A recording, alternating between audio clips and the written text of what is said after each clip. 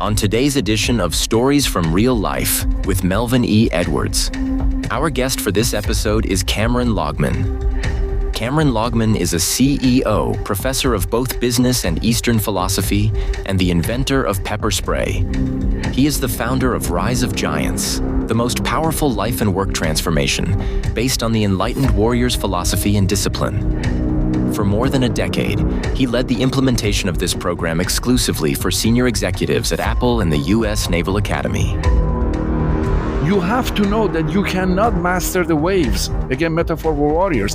Master, but you can navigate around them. In fact, the word navigation comes from the warrior tradition based on the ancient language Sanskrit in India called navigati. So the warrior has to learn how to navigate life because you can never control the waves of the life. You can control how to navigate around it. Let's join today's episode with inventor and professor Kamran Loghman. You are listening to Stories from Real Life, a podcast by engaging storytellers for engaged story listeners. Here's your host, author and journalist, Melvin E. Edwards.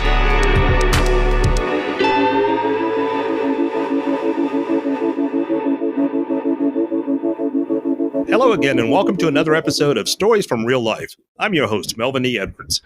Thanks for joining me for the podcast where personal stories can have a global impact.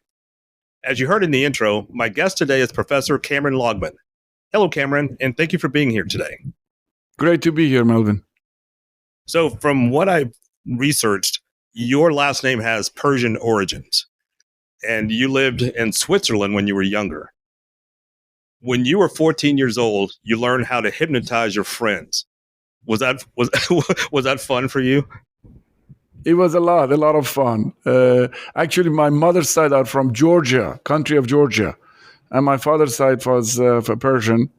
And I left Iran when I was 11 years old, long before revolution. And I moved to Switzerland. And at the age of 14, I got really fascinated with hypnotherapy and hypnosis and all that. But that's what launched me. I mean, I don't really do any hypnosis. I mean, that's what launched me. That was interesting, yeah. Did you enjoy that? Yes, I very much did because it, just opened up to me to the whole world of, people that don't follow the right path. I mean, I had two sides. I mean, one side was my business and academics and all of that. The other side of me was searching for, what's going on in the world. So as I'm becoming a professor of Eastern philosophy and professor of business and all of that, at the same time, I'm a CEO, and I'm sure people will hear from my background. I invented pepper spray for law enforcement and, consulted with a lot of major companies like Apple for decades for senior executives and all that. I have a side which has to do with, yoga. And I was really not only academically, but deeply practicing yoga under some of the best of the best. I mean, not the type that you find in, YouTube or anything like that. I mean, the real lineage people who have been 800 years, 1,000 years of system in India on location. And then at the same time, I did the warrior arts and of Japan. Not the modern martial arts, the classical samurais and things like that, since I was 11. So all of these things led me that. So hypnosis, yes, hypnosis was the match that started the whole thing, making me start asking questions. Nice. So you talked about 800,000 years for yoga instructors or yoga lineage. One of my personal interests is genealogy. But unfortunately, because of slavery, I can only trace my family back a couple hundred years. You've been able to go back thousands of years in your family with primary source documents. And your ancestors were keepers of family heirlooms dating back 1,000 years, many of which are in various museums around the world. So can you tell me some of your family stories of the saints and sinners who make up your family tree? Oh, gosh, on the mother's side, we had Joseph Giandieri, which was a patron saint of Orthodox Church of country of Georgia, and he was a miracle worker. So his miracles are all listed about all the weird stuff that he did. I mean, just bizarre stuff. I mean, the village didn't have water. He took his cane and hit it on the ground, and water came out of the ground, and to this day, water is flowing. I mean, those kind of things. And the family of the Giandieri family were all royalties going back to year 1200. And on the father's side, the bizarre things you're asking about, my ancestors, really the first ancestor talking about genealogy starts with a famous Sufi saint who was really actually one of the founders of Sufi tradition among the top three. His name was Ibrahim Adham. Ibrahim Adham was actually a king in the city of Balkh, which is today is in Afghanistan, then was in Persia. And he just gave up his kingdom one day and went in the search of truth and trying to find enlightenments and all that. And then one after the other, they were all into the tradition of mysticism until about 400 to 500 years ago, when my forefathers decided that they're going to change path, and they all became physicians. So one went to St. Petersburg and became physician. The other one after that went to Paris, became physician. One of them worked with the grandson of Louis Pasteur. So we had a lot of physicians, generation after generation. I'm the only one that jumped out of being a physician in the family. So that was really interesting. Yeah, and we had many books. In fact, some of the books you read about Rumi poetries and all these other things and all that, we had the originals that we gave to the museums around the world. Our family had. I mean, not myself personally, but our family, had those things for many, many generations. Yeah. That is so cool. That is so interesting. Yeah. So as you mentioned, you invented pepper spray, and you invented it to be a defensive weapon. Yet law enforcement officials have increasingly used it for offensive purposes against things like peaceful protesters. So what did you think when law enforcement sprayed protesters in D.C. in the summer of 2020? Well, I mean, even going beyond that, you have to see the intention of beginning to do it. I mean, my knowledge of pepper spray really came from my warrior studies. This is why why we're here today, the riseofgiants.com, which is based on enlightened warrior tradition. In Japan, the samurais used a little box which was the size of a matchbox. And they used to put powder pepper in it. So when they were in close quarters and they were in combat and they couldn't draw their sword because there was not enough space, they would blow this pepper spray or pepper powder in somebody's face. So I took that, brought scientists and experts and everything else. And, this company started developing something which is very scientific. We had engineers, we had quality control. I mean, we had a huge, huge thing. And eventually became a big company that went to 47 countries around the world. The intention of starting that actually started when in LA, a lot of young people don't remember that, the LAPD started beating the hell out of Rodney King. And which, we started saying, well, wait a minute, we need something else. I mean, we regardless of the person is innocent or not, you just don't jump into batons and guns and this and that. Can we have something that is effective? Effective doesn't mean that it's not going to cause pain. But at the same time, it's not hurting, it's not killing. And that intention started with the concept of, hey, can we have a safe, effective arrest in a situation? And it has helped thousands of people in a way that people were committing suicide, and police departments have sprayed them to stop them from doing that.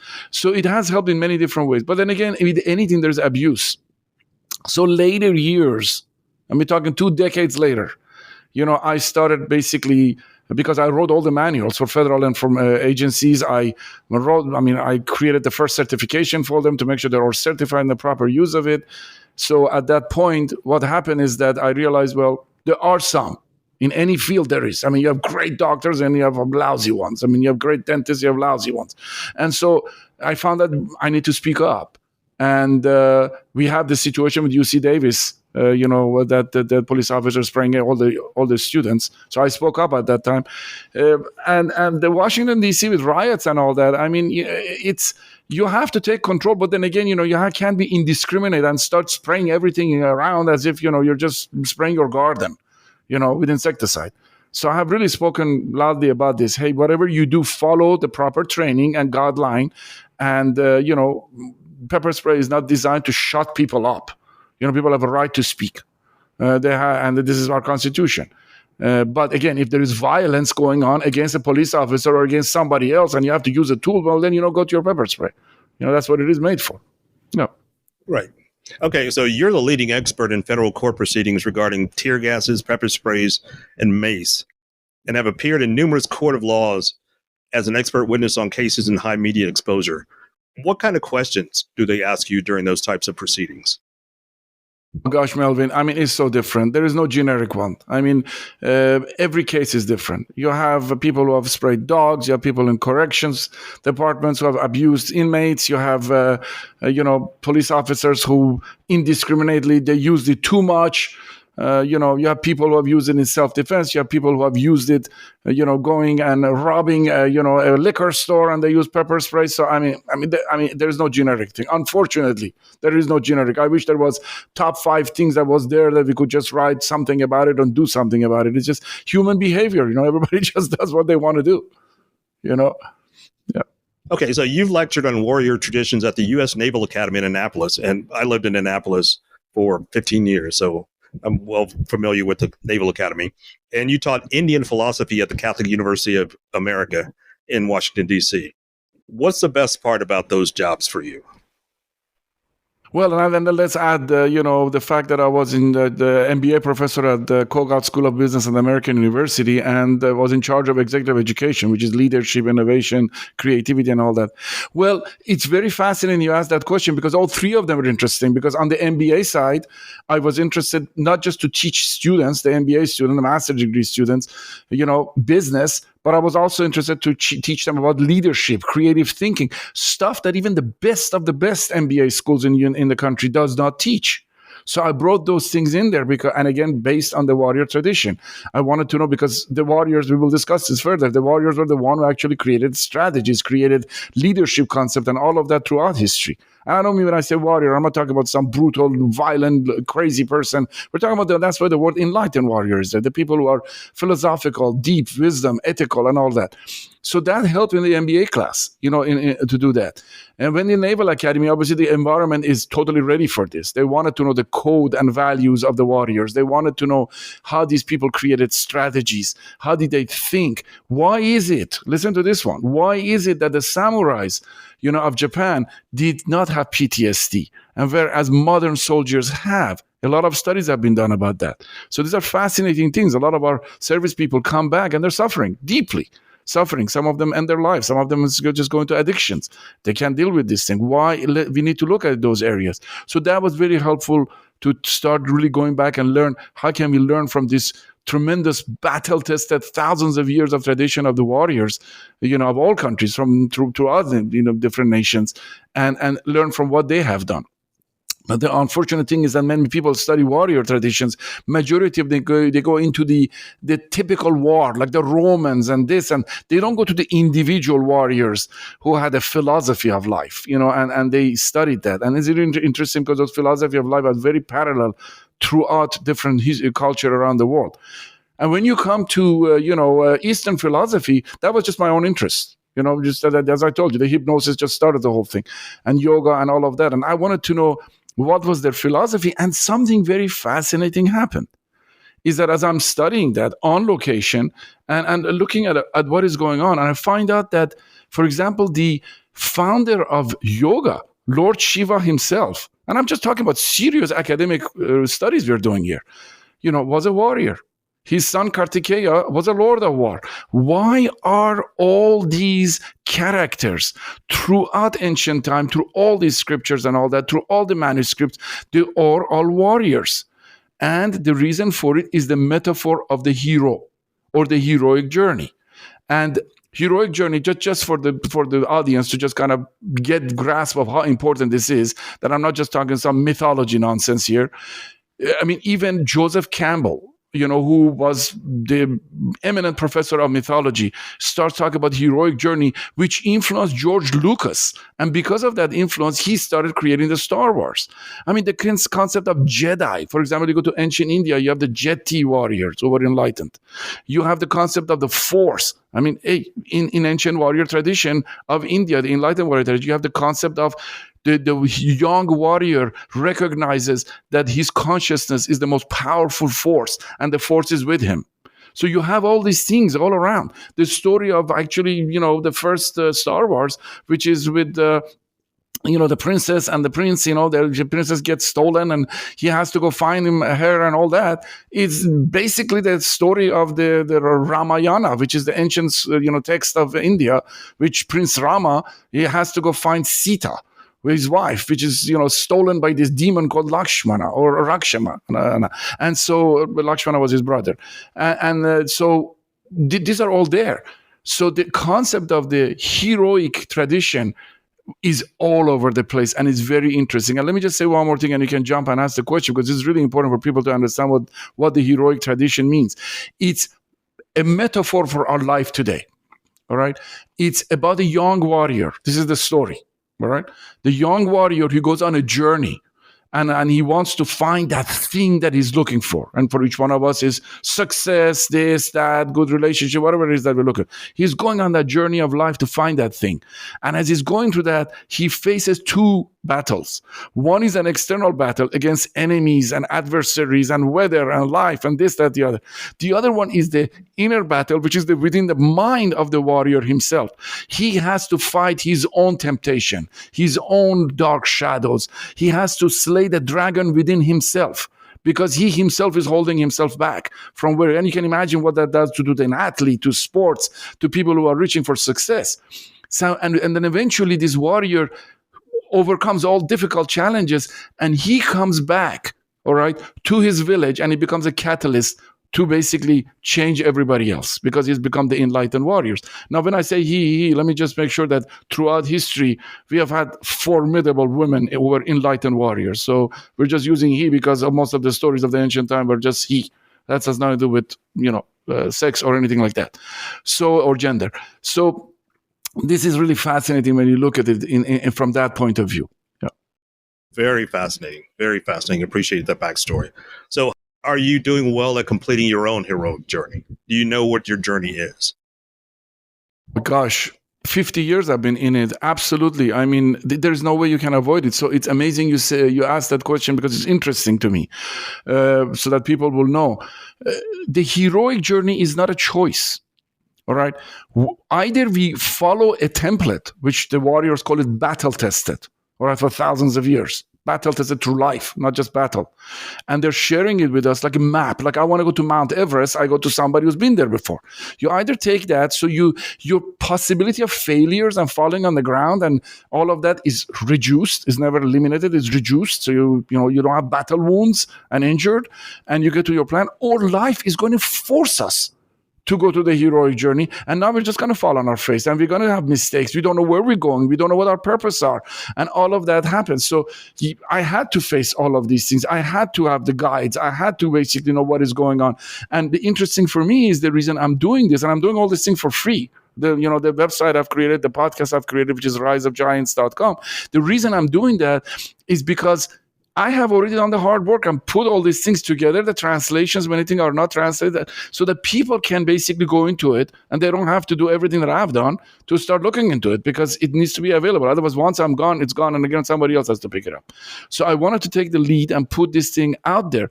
And the thing that is interesting to me and important and is crucial to the world is not just it develops the person, it develops great leaders, they call them giant leaders of the future, but what is important, it addresses is the only thing that I have found out, the heroic journey and the enlightened warrior tradition throughout culture. When I say culture, I mean anywhere from India, China, Japan, and the Native Americans here, I mean Polynesia, everywhere you look, I mean, the Viking gods, whatever. You look at that, Africa is just tremendous. It's powerful all over the place. It just depends on where you want to look at. Language may be different, but the symbology and the metaphor is all the same. So when you look at that, it's comprehensive. Why is it comprehensive? Because they look at life, and other tradition is not like that, from a point of view like a table. I'll give you an example. It's a table with 4 legs. All right. They say, hey, listen, a table, if one of these legs falls down, or one of these 4, the table will collapse. So what are these 4 legs? One of them, this is what the comprehensive comes in. One of them is your mental and physical fitness. They're not talking about health. They're not here giving medical advice. Fitness. You have to have energy. You have to have clarity. You have to have focus. You have to have physical energy to be able to achieve whatever you want to achieve. So that is one leg. All right. You don't have to be the best, but that needs to be paid attention to. All right. The other leg on this table is your relationships. Relationships with other people. They look at the relationship as a garden. It has weeds that you need to continuously pull out. And then also you have to nurture it. Continuously you have to do that. You could be very rich, but have a miserable relationship. So you're unhappy. You could have a great relationship, but you don't have enough money to pay your bills. So these things have to be all balanced. The third one in this area is the concept of purpose. All right. And what is this purpose? Is a philosophy of life. They're not talking about religion. They're not talking about spirituality here. All right. They're talking about, purpose. When you get up in the morning, how do you get up in the morning? What is the meaning? What is your purpose in life? Who are you? We're not talking about the grand purpose of the universe here. Why? That they actually address that at another point too. It becomes very philosophical. But your own personal purpose that is different from someone else. What makes you tick? What makes you want to get up in the morning? So you have this four leg, which is the fitness of the mind and body. You have relationships. You have prosperity of success. That you have back there. That's another leg. And the last one, the purpose or philosophy of life. So all these fours have to be paid attention, and they create this incredible process, which they call gates, that you have to go through, which is 17 gates to get all these things done. And eventually at the very last stage, you come to know who you are, and you come to become the powerful warrior, and you become the enlightened warrior, the example, the model. And the last step is the rise of giant leaders. Because you have the choice to become leaders, either leaders of your own family or leader of society or leader of a business, whatever it is. And now imagine, how a person like that is going to lead. You imagine a person who has not gone through the heroic journey intentionally. Is a leader who has anxiety. Is a leader who's not ethical, who doesn't follow rules. Is a leader who has different moralities. He's not doing it for the welfare of everyone else. So and the goodness of all that, and society and people and all that. So you have people throughout history have been like that. But then again, just life, most people just live like deers and animals, and we eat, we live, we procreate, and we die. That's not what human life is supposed to be, according to the enlightened warriors. We are here, and we have a choice to fall. We have a choice to fall to the abyss, to the darkness, or we have a choice to rise as giants. And our personal purpose is to become giants of our own life. That is so interesting. I want to come back to Rise of Giants in just a moment. I've got a couple questions before we get to that again. So I'm curious, is there a conflict between the warrior concept and the peace of meditation? Not at all. Because the warrior concept is not about physical fighting. In fact, one of the gates of the warrior, all right, let me just give you a few examples of the gates so you kind of understand. The very first gate is called quest for meaning. You have to find your purpose. The second one is called fog of beliefs, that you question everything. You don't just believe every assumptions you have because your perspective may be wrong. The third one is cave of consciousness, which it builds on the assumptions and all this other thing. What is your mentality? What is your perception? Can you trust your senses and all that? And the next one is what you just brought up, which is the vitality and combative arts. Now, it's important what vitality of combative arts. Yes, you can use that to fight. Yes, you can use these warrior arts that have been created to defend yourself. But it really was meant for the warrior to become strong, to become mentally and physically. When I say strong, it's not about bench press. That they had you have the best of them who go on top of Mount Everest, and they're not 350 pounds full of muscles. They have the stamina, the strength. They're trained themselves to reach there. So they are this combative and the warrior arts, or later on became martial arts. It was really created for them to get this stamina and strength. Now come to the concept of peace in yoga and all that. The concept of warrior is a mindset. Life, they say, is a master archer. It continuously throws arrows at us, and we need to learn to defend these arrows. So this is where it's not about hurting other people. It's about how do you defend against all these forces that are continuously coming to you. They're mental forces. They're battle within yourself. We talk about temptation, addictions, this, that, the other. They're external forces with your boss, with this, with that, with everything else that is. How do you strategically move forward and make sure that you reach your success where you go? Then the concept of failure. Everybody studies success. What are the patterns of success? Well, they warriors do too, because they have to win the victory over the war. But one of the biggest powers, that this concept that most people don't even study, is the science of failure. What makes you fail and what you have to avoid. And in this way, they are discussing that. And we all have it. We have it in the Western culture here. Hey, listen, a horse person, in a ranch, if you fall from the horse, you get back on the horse. They have it too. In Japan, they have it among the samurais. Nana karobi yo oki, which means 7 times down, 8 times up. You don't count how many times you fail. You count how many times you get up. But then there is the more, even deeper than that. It means study why you failed 7 times. Okay, and understand why you get up 8 times, because failure is not an option. You always have to get up.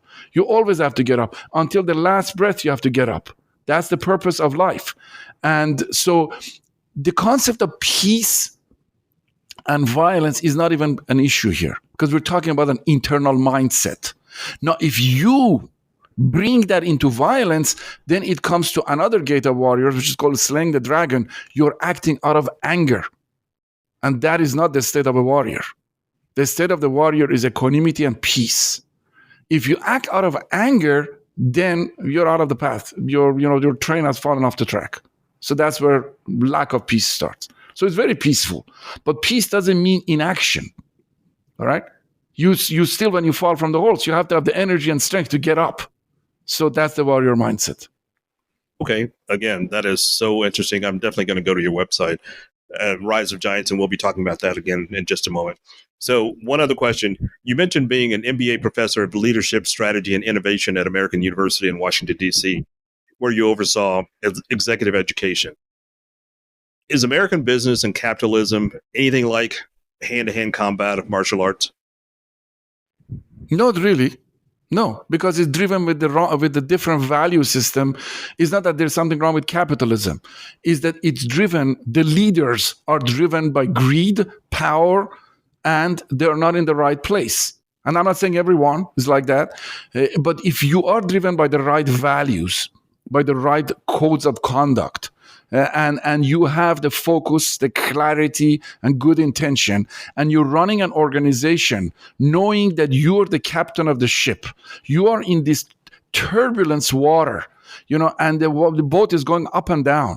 But the other people, the crew, is depending on you. So you have to have a steady hand. You have to be kind of very serene and quiet. You have to know that you cannot master the waves. Again, metaphor for warriors.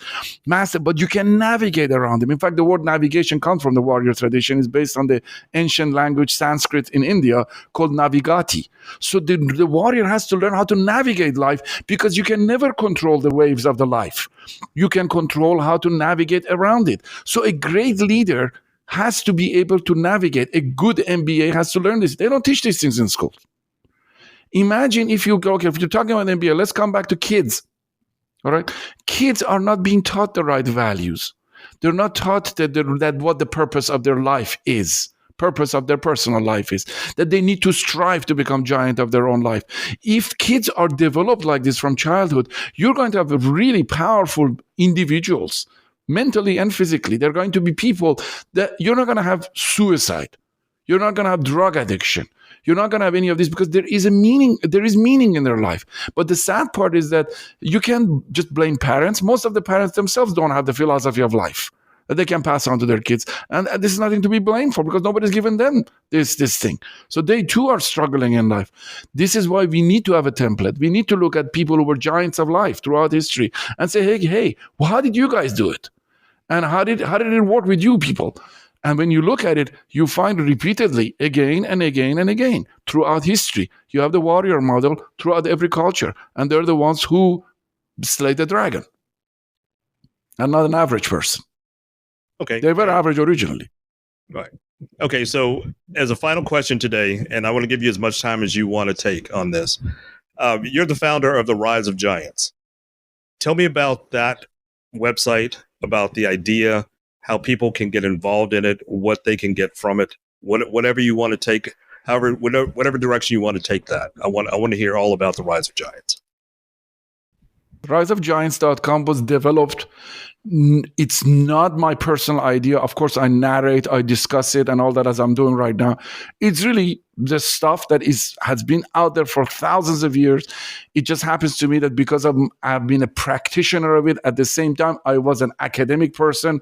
I managed to pull this in a very crystal clear format into this website. So it is there right now, and it's continuously under development because it was just introduced about a year ago. It's continuously under development. I'm going and developing all the gates, all the workshops, all the programs, so people can come in and say, hey, listen, how do these people deal with anxiety? How do they deal with poverty? How do they deal with, relationship problem, everyday problems? And they're saying, what was their philosophy of life, purpose, whatever? How do they look at fitness?